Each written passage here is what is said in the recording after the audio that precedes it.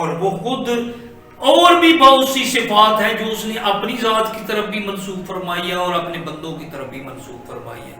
دو مثالیں ہم اس سے لے لیتے ہیں قرآنی آیات سے کہ اللہ تعالیٰ فرماتا ہے ان اللہ بالناس لرؤوف الرحیم، بے شک اللہ کیا ہے لوگوں پر رؤوف بھی ہے اور رحیم بھی ہے۔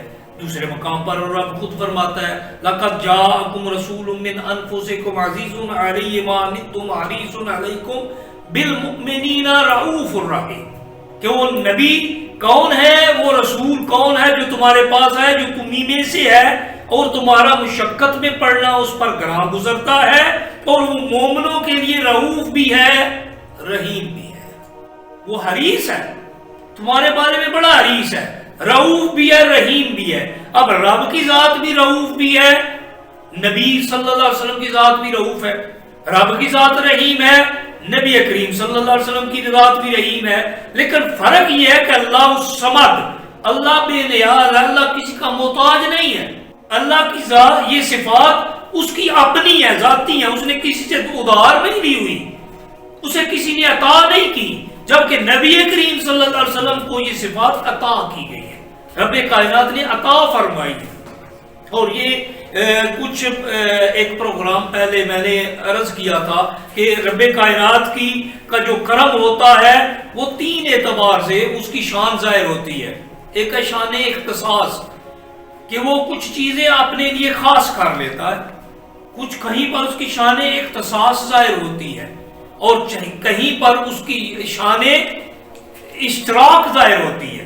کہاں انعام اشتراک کے ذریعے وہ ظاہر کرتا ہے کہ بندوں کو اپنی صفات میں مشترک کر لیتا ہے، شامل کر لیتا ہے کہ یہ صفت میری ہے، اس میں سے کچھ میں تمہیں بھی عطا کرتا ہوں۔ اب عطا کرنے سے نہ تو رب کی صفات میں کوئی کمی واقع ہوتی ہے، نہ بندہ رب کا شریک ٹھہرایا جا سکتا ہے۔ ہاں نسبت کی جا سکتی ہے، آپ اسے کا انکار نہیں کر سکتے کیونکہ عطا رب نے فرمائی ہے، اور کہیں پر فیض انعکاس ہوتا ہے کہ منعکس ہو کر فیض آتا ہے، رب کائنات عطا فرماتا ہے۔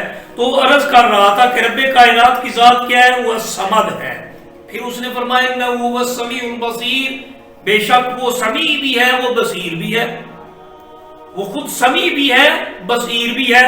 دوسرے مقام پر وہ بندوں کے بارے میں فرماتا ہے فَجَعَلْنَاهُ سَمِيعًا بَصِيرًا، سورہ الدہر آیہ نمبر 76، رب کائنات ارشاد فرماتا ہے وَجَعَلْنَاهُ سَمِيعًا بَصِيرًا، ہم نے انسان کو سمیع بھی بنایا بصیر بھی بنایا۔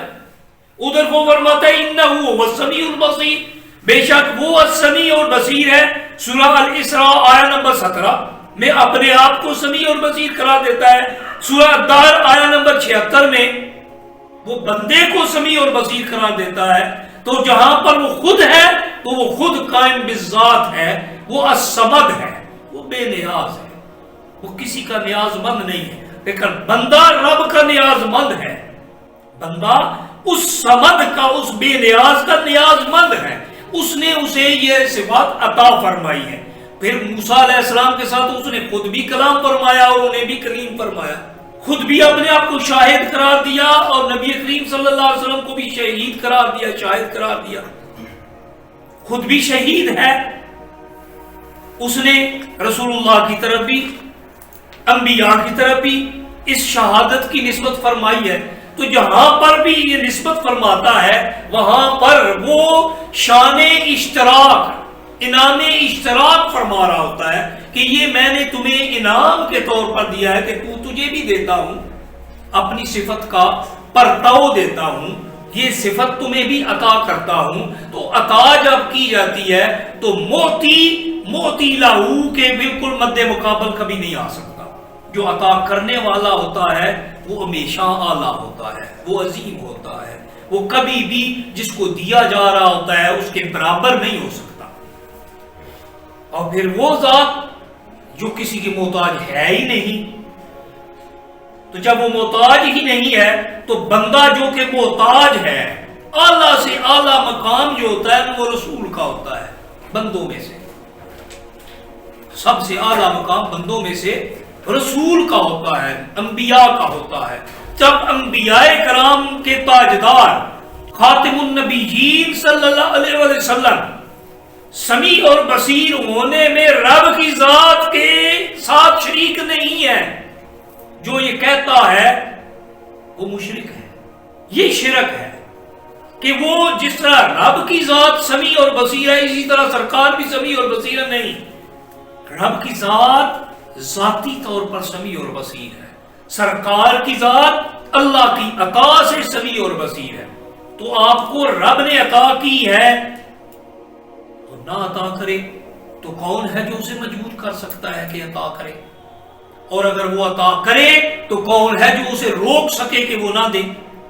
آپ کے سامنے کتنی مثالیں موجود ہیں. کتنے لوگ ایسے ہیں جن پر رب کا کرم ہے, کتنے لوگ ان سے جل رہے ہوتے ہیں, حسد کا شکار ہوتے ہیں اور یہ چاہ رہے ہوتے ہیں کہ وہ اس مقام اور مرتبے پر نہ فائز ہو, لیکن رب کی ذات چاہ رہی ہوتی ہے کہ وہ فائز رہے تو وہ فائز رہتا ہے. تو رب کی ذات کو کوئی بندہ مجبور نہیں کر سکتا.